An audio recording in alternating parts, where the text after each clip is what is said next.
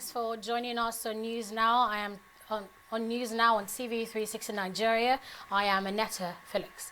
The Nigerian Senate has overridden President Muhammadu Buhari's veto and passed the Petroleum Industry Governance Bill, PIGB, Electoral Act Amendment Bill 2019, and 5 other bills. The Senate passed these bills after its technical committee reworked the bill based on President Buhari's observations and redrafted the affected clauses. The PIGB seeks to make the Nigerian Petroleum Regulatory Commission, NPRC, the sole regulator overseeing the licensing, monitoring and supervising of petroleum operations. Other bills the lawmakers passed along the PIGB are the National Institute for Hospitality and Tourism Bill 2019, the National Research and Innovation Council Bill 2019, Stamp Duties Amendment Bill 2019, and a National Agricultural Seed Council Bill 2019. Meanwhile, Senator Danjuma Goje, Chairman, Appropriation Committee, has laid the 2019 appropriation budget before the Senate.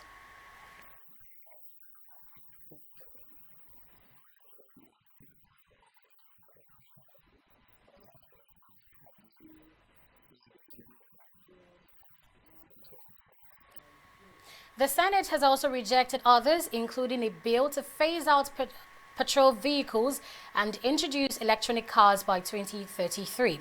Following the rejection, the sponsor of the bill, Senator Ben Murray Bruce, withdrew it, raising a point of order, saying that posterity would judge him right for the need to embrace electric vehicles, adding that in no distant time, combustible vehicles will be phased out. Virtually all industrialized nations have set a date when petrol cars will be banned, and Nigeria will be making history by becoming the first in Africa to ban petrol cars in 2035, as proposed by this bill. The prominent features of an electric car is that it is rechargeable. No fuel or gas is required. No pollution. It also provides quite smooth operation, stronger acceleration, and requires less maintenance than internal combustion engines. To charge your electric cars, all the filling stations will be replaced with solar charging stations. Thankfully, this country is blessed with sunlight 365 days in a year and will empower these solar stations. America is no longer building refineries because they know that gasoline is going the way of the VCR. Electric cars are outselling petrol cars, as witnessed in Norway just a few weeks ago. It makes more sense to build Nigeria's biggest power plant than her biggest refinery. I believe the issue of vehicles is an ancillary to the provisions of Section 41 that gives us freedom of movement. So it's inalienable. It is already provided for in our Constitution. So we don't require any law to deal with it. So I believe, sir, that Senator Ben Bruce may consider taking back the bill and do further consultations. And I know that he's a very wise man. And he will listen to this argument. And more importantly, Mr. President, in the economic sense, Nigeria is an oil-producing country. We cannot sit here as a parliament to be encouraging something that will hurt our own economy. It should be our responsibility to do everything to frustrate electric cars so that we'll be able to sell our oil and gas. Making it mandatory that everyone should resort to using electric cars at a given date, I think it's not something that is feasible, it's not something that is doable. We have to look at the individual network, the network of individual Nigerians. Can we be able to do this? Of course, the answer is no.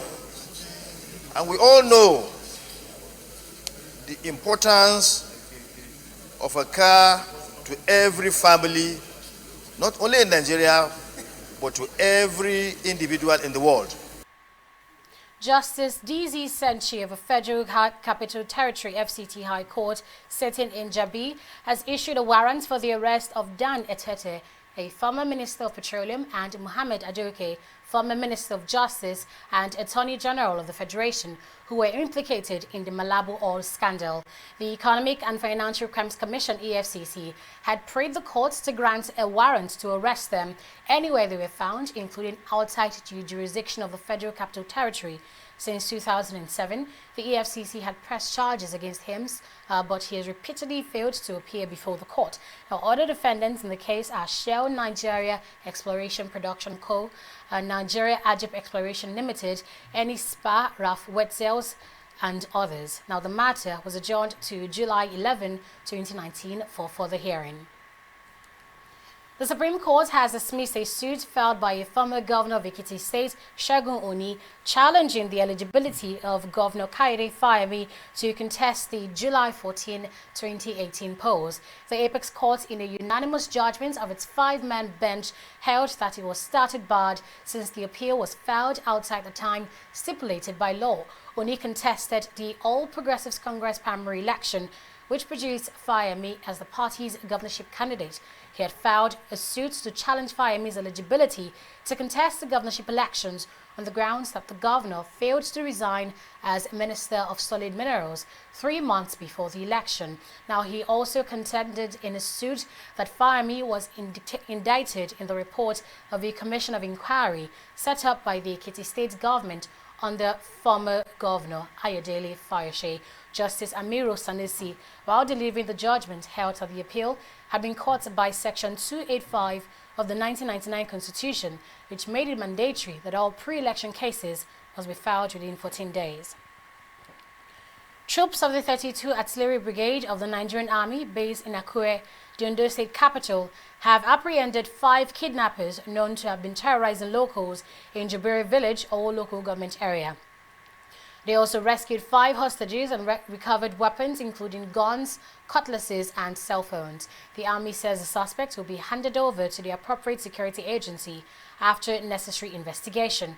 Meanwhile, detectives from the IGP Intelligence Response Unit and other operatives of Operation Puff Adder have arrested one Salisu Abubakar, 48 years old, a native of Dusinma local government area, Katsina State, for kidnapping.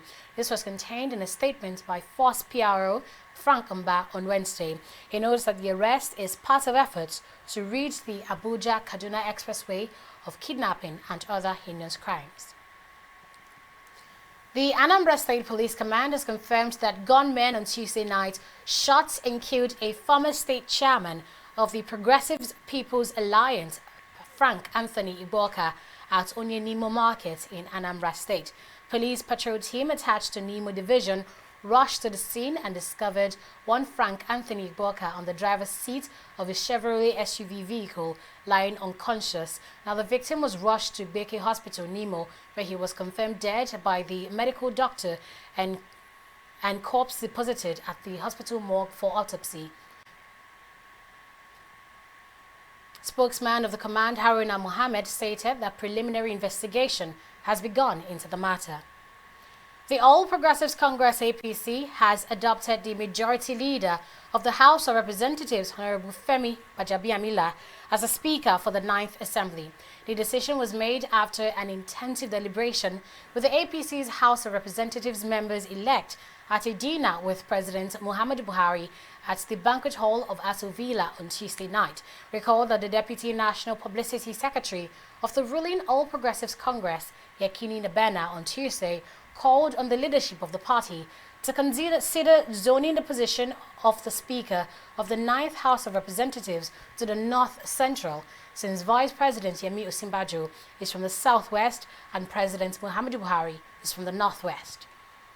Even if we use ranking and senior ranking and re-ranking, we have more than enough, but we can only choose one. But the good news is there is role for everyone, and how much you make out of it depends on your resourcefulness. So I'm happy that we have this number turning out at a short notice, and I believe that working together, we are going to have a formidable National Assembly.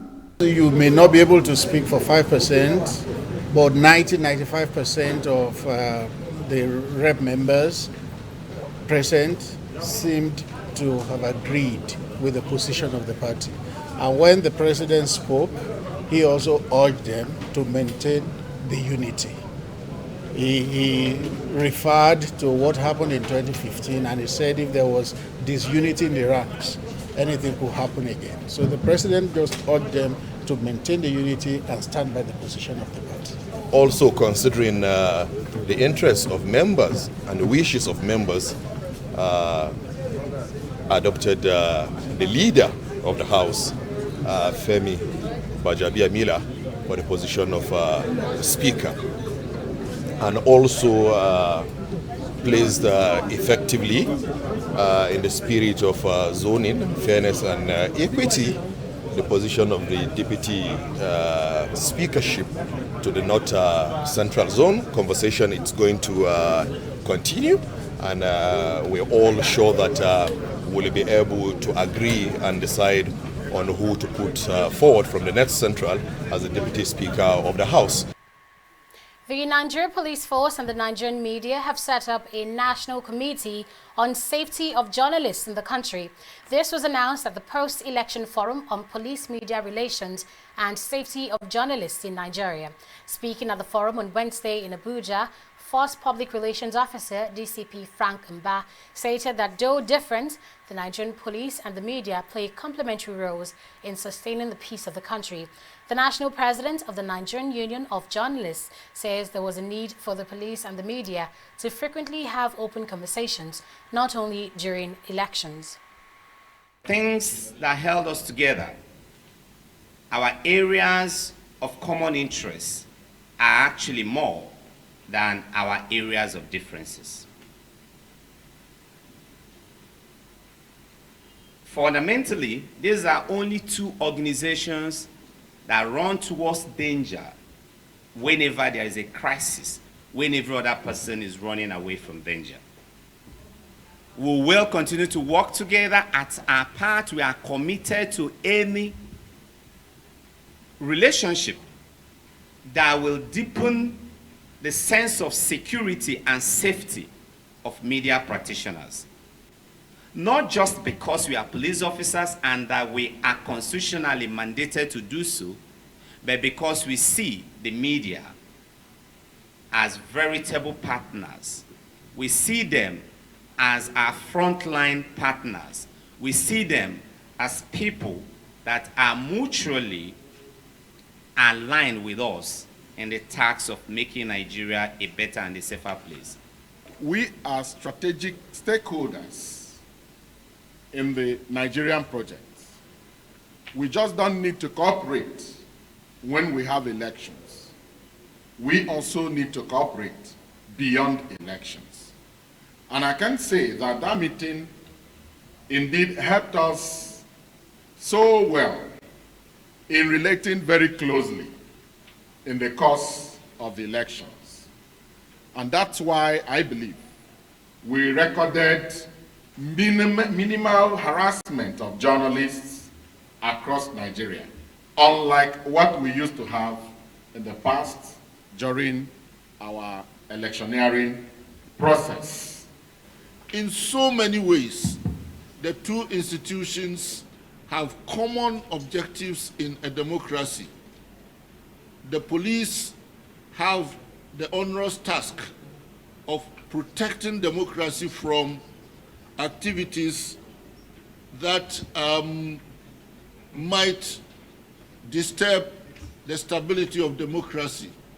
The media's fundamental role is to inform the citizens and to enhance openness in the public debate and public discussion of affairs of the democracy. The National Agency for the Prohibition of Trafficking in Persons, NAPTIP, in collaboration with United Kingdom Aid, UK's Department for International Development, DFID, have launched a new campaign aimed at curbing human trafficking in Edo and Delta States. In a statement in Abuja on Wednesday, Director General of NAPTIP, Julie Okadonli, stated that the initiative Not for Sale campaign provided a visible platform for stakeholders within the various states and communities to forge common ground in enlightening vulnerable young women in the society on the potential dangers of buying into false promises for a better life abroad. According to her, such false promises normally range from involuntary servitude to rape and forced marriages, adding that these has cost many women their lives. Also speaking at the event, Deputy Head of Office of the DFID, John Primrose, added that the United Kingdom was also working with state governments in Nigeria to launch a program that would stamp out modern slavery in Nigeria.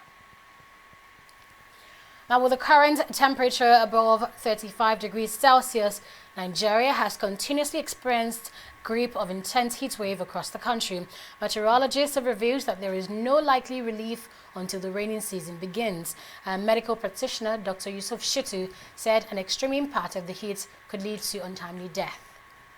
Stand the risk of being dehydrated, and with dehydration, comes such things as heat exhaustion. So you find that you're sweating profusely. Some people can just suddenly faint. That's because they have been exhausted from the heat. They've not replaced their lost fluid because the sun is literally drying them out, and they're not replacing it as often as they are supposed to.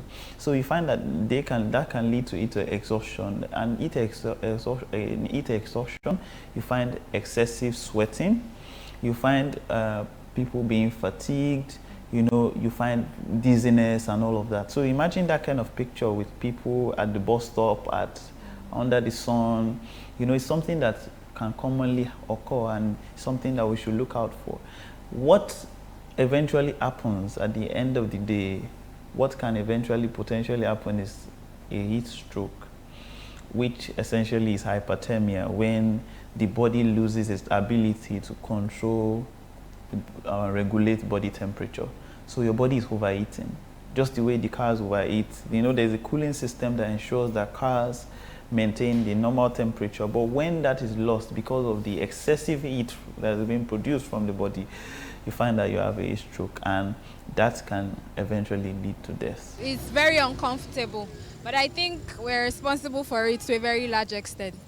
Industrialization and not giving any, caring about the environment and our effect, our activities, what we are doing about it. So the best thing that we can do from taking care of ourselves is to stay hydrated. It's extremely important that we stay hydrated. Drink lots of water, cut down on soda, and try as much as possible to let yourself out in the air. And wear very, what do they call them now? Very soft clothing, because your skin needs to breathe.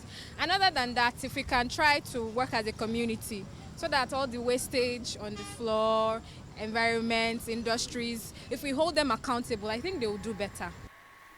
You're still watching News Now on TV360 Nigeria. We'll be right back after this break.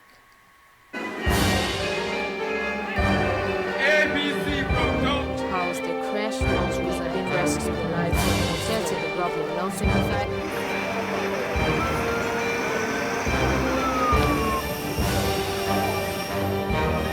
That we want to know that it's from Nigeria, where voters are on the queue to have a ballot. That electronic ballot was postponed, and Nigerians are reacting. The area of Lagos has ended some minutes say the incident has been managed. This morning.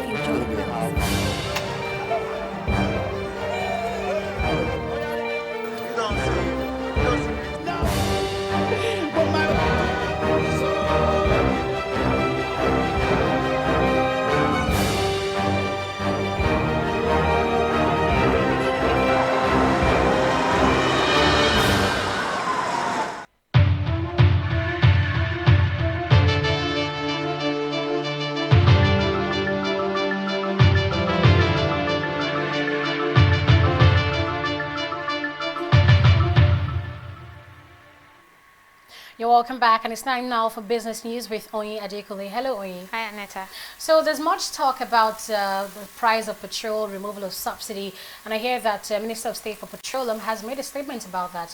What's that about, please? Yes, the Minister of State for Petroleum Resources, Ibe Kachiko, has revealed that the landing cost of premium motor spirits, also known as petrol, is 35 naira higher than the pump price of 145 naira per litre. The minister said the rise in global crude oil prices after the 2016 hike in petrol price brought back subsidy. While speaking on Wednesday, Kachiku also noted that the government had not paid marketers all the outstanding subsidy arrears. He says the solution to this was to quickly fix refineries through funding from private investors. The Nigerian Customs Service has on Wednesday opened its portal for the recruitment of 3,200 officers to fill existing vacancies. Representing the Controller General of Customs, Colonel Hamid Ali, Acting Deputy Controller General, Human Resources Development, Sanusi Umar, during a briefing at the Customs Headquarters in Abuja on Tuesday, said the recruitment exercise was approved by the Federal Executive Council and is in compliance with requirements of the Federal Character Commission. Further explaining the process, he said the recruitment will be conducted to fill 800 spaces in the support staff for superintendent cadre category, while the 2,400 space will go to customs inspector and customs assistant cadre in the general duty category. He further stated that interested persons have 3 weeks to register. The federal government has expressed readiness to explore more opportunities with China in the areas of economy and infrastructural development in order to boost trade and cultural relations between both countries. Adeyemi Dikpeolu, the special advisor to the Vice President on Economic Matters, said this at the 2019 Belt and Road Nigeria and China Economic and Trade Forum in Abuja. More details are in this next report. Machineries, electronic devices, household items, trucks, and other made-in-China products are on display at the International Conference Center as Nigeria and China marks the 2019 Economic and Trade Forum. Since the Belt and Road Economic Partnership started between both countries, the volume of trade has continued to increase yearly. Vice President Yemi Osinbajo said this is as a result of the government's determination to open up the economy and attract investments from large economies like China. Nigeria and China have had a long tradition of economic cooperation, which is to be expected given their large populations and economic sizes. Whilst Nigeria has the largest population in Africa and as well as its largest economy, China is the country with the largest population in the world, and for now, the second largest economy in the world. There is already substantial economic activity between both countries, with China being Nigeria's largest trading partner in 2017, with as much as 25% of imports. The value of exports to Nigeria was about $12.5 billion as compared to imports from Nigeria of about $721 million. When signing the memorandum with Nigeria, President Xi Jinping praised that the relationship between the two countries is in the best period in history and proposed to making China-Nigeria cooperation a model for China-Africa cooperation. Ladies and gentlemen, reviewing the China-Nigeria economic cooperation, we have obtained enormous and spectacular accomplishments in infrastructure construction, investment, trade, and bilateral humanitarian aid. In terms of infrastructure projects, the Abuja-Kaduna Railway, Africa's first modern railway with Chinese technology and standards, has been delivered in 2016.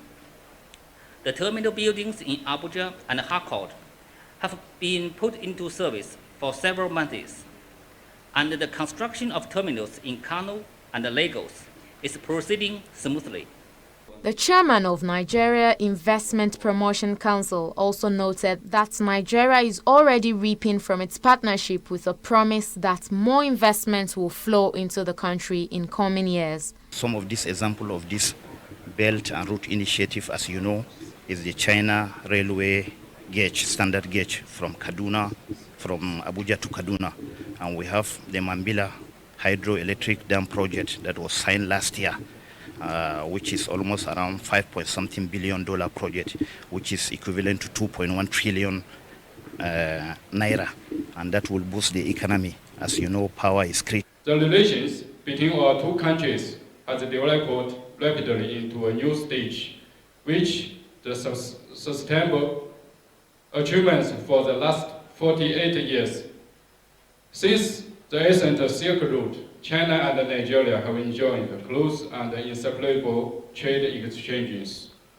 As the development of the economic, the population, and also our natural resources, and Nigeria consumption market, that will be Nigeria's special competitiveness and the advantage of external cooperation.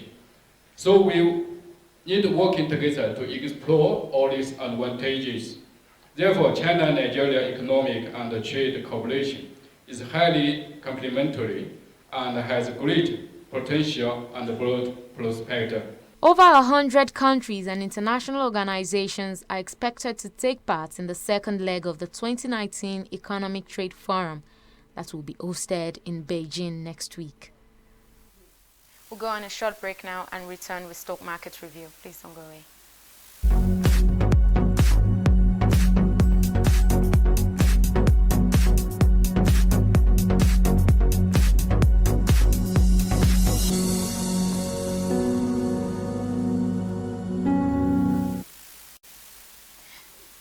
The market breadth at the Nigeria Stock Exchange closed positive for the second day in a row, with 35 gainers against 17 losers. In all days, a total of 216.012 million shares were traded in 4,025 deals worth 3.227 billion naira, and that's a 448 million naira drop when compared with 4.675 billion naira, which the market yielded in previous session. But all is well that ends well, and whichever way we choose to look at it, it was still a good day of trading for investors today.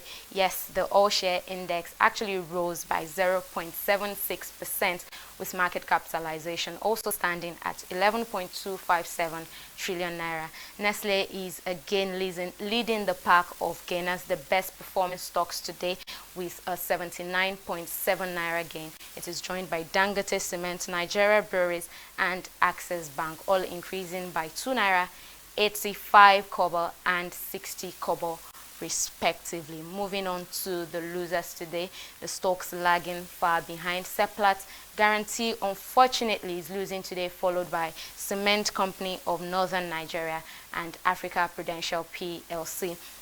Moving to the global stock market, FTSE is trading higher by 0.12%. Dow Jones also consolidated its previous advance. Nikkei stretched its winning streak to fifth market session, aided by an overnight rebound in U.S. equities. That's all on Stock Market Review today. It's back to Aneta.